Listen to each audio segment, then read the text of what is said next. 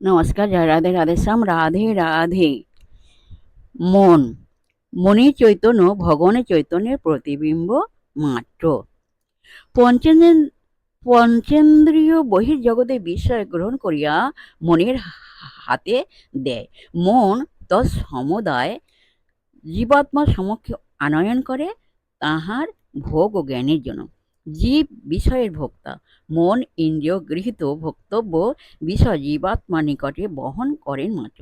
মন ইন্দ্রিয়ে সংযুক্ত হইয়া ইন্দ্রিয় গৃহীত বিষয় জীবাত্মার নিকট বহন করিয়া না লইয়া যাইলে জীবাত্মার বিষয় ভোগ অসম্ভব।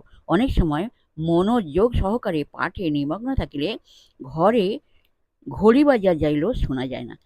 ঘড়ির শব্দ জন্য বায়ুর কম্পন শ্রবণেন্দ্রিয় দ্বারা গৃহীত হওয়া সত্ত্বেও মন পাঠে নিযুক্ত থাকায় শ্রবণেন্দ্রিয়ে সংযুক্ত হয় নাই বলে ওই শব্দ জীবাত্মা শ্রবণকার্য হয় না। জীবাত্মা কর্তা, ইহা করো না ইত্যাদি রূপ আজ্ঞা জীবাত্মা হতে আসে প্রথমে মনে।